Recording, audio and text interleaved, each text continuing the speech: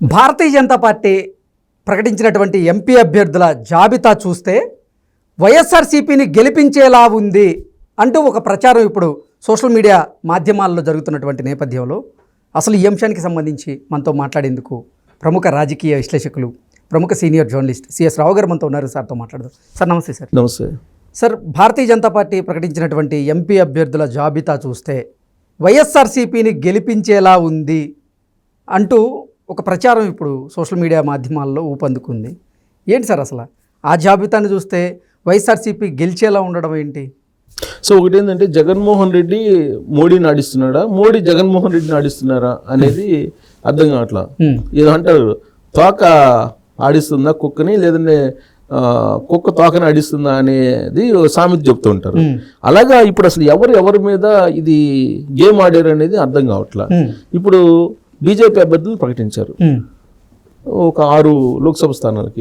తిరుపతి వరప్రసాద్, ఆయన ఏదో వైసీపీ నుంచి వచ్చిన ఆయన, వైసీపీ గూడూరు ఎమ్మెల్యే, ఆయన అక్కడ పనికిరాడని చెప్పి అతన్ని పక్కన పెట్టేస్తే అతను తీసుకుంది బీజేపీ.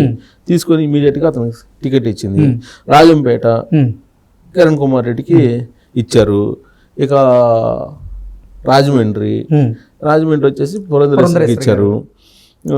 తర్వాత అనకాపల్లి వచ్చేసి సీఎం రమేష్కి ఇచ్చారు. మిగతా 2 ఎక్కడిచ్చారు? ఇంకా మిగతా 2 రఘురామకృష్ణరాజు గారి ప్లేస్ నర్సాపురం ఒకటి అతనికి వర్మ అతనికి ఇచ్చారు. తర్వాత అరకు వచ్చేసి కొత్తపల్లి గీతకి ఇచ్చారు. సో ఇప్పుడు దీన్ని బట్టి మనం కొత్తపల్లి గీతను తీసుకుందాం అనుకోండి, వాస్తవంగా సర్వేల్లోనే వెనకబడి ఉంది. అక్కడ వైఎస్ఆర్ కాంగ్రెస్ పార్టీ గెలిచే అవకాశం ఉందని చెప్పి అంటున్నారు. సరే, కొత్తపల్లి గీత మొదటి నుంచి ఆమెనే అభ్యర్థిత్వం అనుకుంటున్నారు. సరే, అక్కడ గిరిజనులకి ప్రాధాన్యత ఇచ్చింది బీజేపీ. ముర్ము రాష్ట్రపతి చేశారు. ఆ యాంగిల్లో తీసుకొని గెలవచ్చు అనే ఉద్దేశంతో అటు తీసుకున్నారు. సరే, అది గెలుస్తా గెలవరా అక్కడ ఆ సీటు అనేది నువ్వనే అన్నట్టు ఉంటుంది. ఇకపోతే అటు నుంచి వస్తే ఇంకేముంది, అనకాపల్లి వచ్చేసి రాయలసీమ నుంచి ఆయన ప్రత్యక్ష ఎన్నికలు ఇంతవరకు పార్టిసిపేట్ చేయలేదు. సీఎం రమేష్ మొట్టమొదటిసారిగా ఆయన పార్టిసిపేట్ చేస్తున్నారు. సో అనకాపల్లి ఎలా ఉంటుంది ఏంది అనేది సర్వేలే చెప్తున్నాయి. సరే, దాని గురించి మనం మాట్లాడాల్సిన అవసరం లేదు. సరే, ఆయన ప్రయత్నాలు ఆయన చేస్తున్నాడు. సరే, అనకాపల్లిలో వైఎస్ఆర్ కాంగ్రెస్ పార్టీ అయితే సంబరాలు చేసుకుంటుంది ఇప్పుడు ఈ మొత్తం ఈ బీజేపీ లిస్ట్ వచ్చిన తర్వాత. నెక్స్ట్ వచ్చేసి నర్సాపురంలో జనరల్గా అక్కడ బీజేపీ, జనసేన, తెలుగుదేశం పార్టీ ఎవరు క్యాండిడేట్ అయినా కానీ గెలిచేటువంటి స్థానం అది నర్సాపురంలో. అలాంటి స్థానంలో భారీ మెజార్టీతో గెలవాల్సినటువంటి రఘురామకృష్ణ, కొన్ని లక్షల మెజార్టీతో గెలిచేటువంటి రఘురామకృష్ణరాజు కాదని వర్మ అనే అతనికి ఇచ్చారు. మరి ఎందుకు ఇచ్చారో తెలియదు దాని వెనక. అంటే అక్కడ కూడా వైసీపీని గెలిపించాలా ఒకవేళ అవసరం అయితే అనే కాన్సెప్ట్ తోటి ఏమైనా ఇచ్చారా అనేది ఇప్పుడు వినిపిస్తుంది. ఎక్కడ వైఎస్ఆర్ కాంగ్రెస్ పార్టీలో వినిపిస్తుంది, బీజేపీలో కూడా వినిపిస్తుంది, కూటమిలో కూడా వినిపిస్తుంది. అన్ని పార్టీల్లో ఇదే చర్చ జరుగుతుంది. లక్షల మెజార్టీతో గెలిచేటువంటి నర్సాపురం స్థానాన్ని తీసుకెళ్లి ఎందుకు ఈ పని చేశారు అంటే, ఎలాగైనా గెలుస్తారు, ఎవరైనా గెలుస్తారనే ఉద్దేశంతో ఇచ్చారా, లేకపోతే భారీ మెజారిటీ వస్తే అక్కడ ఎమ్మెల్యేలు వైసీపీ వాళ్ళు ఓడిపోతారని ఇచ్చారా అనేది అదొక చర్చ జరుగుతుంది. ఇక రాజమండ్రి వచ్చేటప్పటికి ఇప్పటికి కూడా ఇవాళకి కూడా పురంధరేశ్వరికి సంబంధించి సోమవీర్రాజుకి పురంధరేశ్వరికి మధ్య కొంత ప్రచన్న యుద్ధం జరుగుతూ ఉంది. అక్కడ దాని పరిధిలో ఉన్న అనపర్తి కనుక సోమవీర్రాజుకి ఇస్తే కుదరదు అని చెప్పి పురంధరేశ్వరి ఏదో వ్యతిరేకిస్తున్నట్టు ఒక వార్త వస్తుంది. ఒకవేళ అక్కడ కనుక సోమవీర్రాజు కనుక అనపర్తి నుంచి పోటీ చేస్తే ఈమె మరి అసలు రాజమండ్రి నుంచి పోటీ చేస్తారా లేకపోతే చేయరా, అసలు పోటీ చేస్తే వాళ్ళిద్దరి మధ్య ఏ విధంగా ఉంటుంది అనేది చూడాలి. అంటే క్రాస్ ఓటింగ్ ఇలాంటివి ఉండే అవకాశం ఉంది. క్లీన్గా గెలిచేటువంటి అది కూడా రాజమండ్రి కూడా బీజేపీ, తెలుగుదేశం పార్టీ, జనసేన కూటమి గెలిచేటువంటి స్థానం. కానీ అక్కడ కూడా ఇప్పుడు డిస్టర్బెన్స్ నడుస్తుంది. ఇంకా అక్కడి నుంచి వస్తే ఇంకా ఏమున్నాయి, ఇక్కడ తిరుపతి బై ఎలక్షన్లో ఏం జరిగింది తెలుసు మనకి. అక్కడ తీసుకొచ్చి వైఎస్ఆర్ కాంగ్రెస్ పార్టీ క్యాండిడేట్నే పెట్టారు. ఎందుకు పెట్టినట్టు తెలియదు. ఆడ ఆల్రెడీ ఆమె రత్నప్రభ పోటీ చేసి ఓడిపోయినటువంటి స్థితితో ఆమె కుమార్తె Niharika well educated plus youngster. అంటే సర్వేలో ఏమో గెలిచేలాగా అంటే అట్లీస్ట్ గట్టి పోటీ అని ఇస్తారు నిహారికనని. బట్ మన వరప్రసాద్కి అతని గ్రాఫ్ ఏంటి అనేది తెలుసు, జగన్మోహన్ రెడ్డికి అద్భుతంగా తెలుసు అందరికన్నా.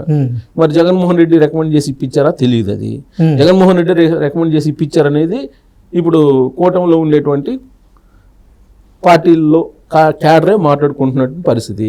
ఇక రాజంపేట వచ్చేసి కిరణ్ కుమార్ రెడ్డి. రాజంపేట అక్కడ ఆల్రెడీ మిథున్ రెడ్డి అద్భుతమైనటువంటి మెజారిటీతో గెలిచేటువంటి అవకాశం ఉంది.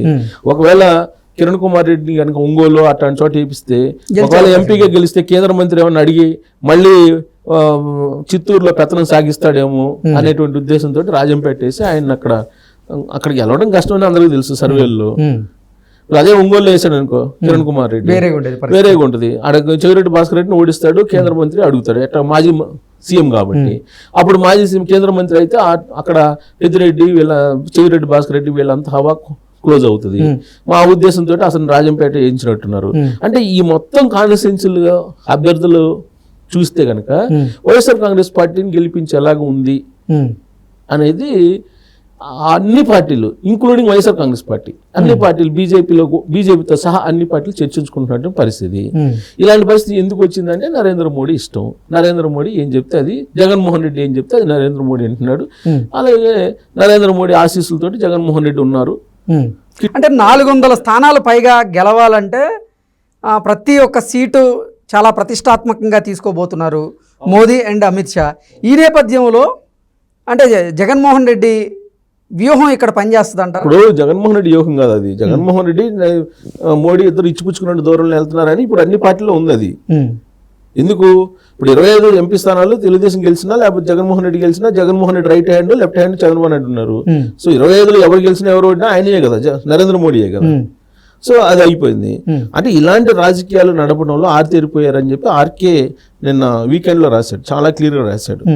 ఆయన ప్రకృతే దీనికి సమాధానం చెప్పాలి తప్పితే పరిష్కరించాలి తప్పితే ఇక నరేంద్ర మోడీ ప్రకృతే కాపాడాలని చెప్పి ఆంధ్రప్రదేశ్ కాదు దేశంలో ఉన్న రాజకీయ దీన్ని పోకడని ప్రకృతే మార్చాలి తప్పితే ఇప్పుడు నరేంద్ర మోడీ చేసిన రాజకీయాన్ని ఎవరు తట్టుకోలేరు, ఎవరు తట్టుకొని నిలబడలేరు. అధికారంలో ఉన్నటువంటి వాళ్ళైనా అధికారంలో లేనటువంటి వాళ్ళైనా ఇది రాజకీయపరమైనటువంటి ఒక ఆయన దండయాత్ర లాగా చేస్తూ ఉన్నారు. కాబట్టి దేశంలో ఎవరు నిలబడలేని పరిస్థితిలో ఉన్నారు. అక్కడ మమతా బెనర్జీని పక్కన కూర్చోబెట్టాడు, కేజ్రీవాల్ని లోపలేశారు. తర్వాత నితీష్ కుమార్ని తన వైపు తీసుకున్నాడు, కాళ్ళబేరానికి తీసుకొచ్చేటట్టు. చంద్రబాబు నాయుడు కూడా అదే కాళ్ళబేరాన్ని తీసుకొచ్చేలాగా చేశారు. జగన్మోహన్ రెడ్డి ఎప్పుడో ఆల్రెడీ కాళ్ళ దగ్గర పడి ఉన్నాడు అనే యాంగిల్లో రాశారు ఆయన ఆర్టికల్. సో కాబట్టి ఇప్పుడు కేసీఆర్ ఉన్నాడు, కేసీఆర్ని కూడా అదే పని చేశాడు. ఇవాళ కేసీఆర్ ఆయన చుట్టూ తిరిగే పరిస్థితికి వచ్చింది ఇవాళ. సో కేసీఆర్కి తెలుసు అంటే ఎదిరించినటువంటి వాళ్ళు ఎవరైనా సరే వాళ్ళ మనుగడ ఉండదు అనేది ఒక సంకేతం, భయంకరమైన సంకేతం పంపించారు. కాబట్టి ఇకనైనా రాష్ట్రాల్లో ఎవరైనా నిలబడాలంట, ఏ పార్టీ అయినా నిలబడాలన్నా మోడీకి అణిగిమణిగి ఉండాల్సిందే, లేదంటే కుదరదు అనేది సంకేతం వెళ్ళిపోయింది.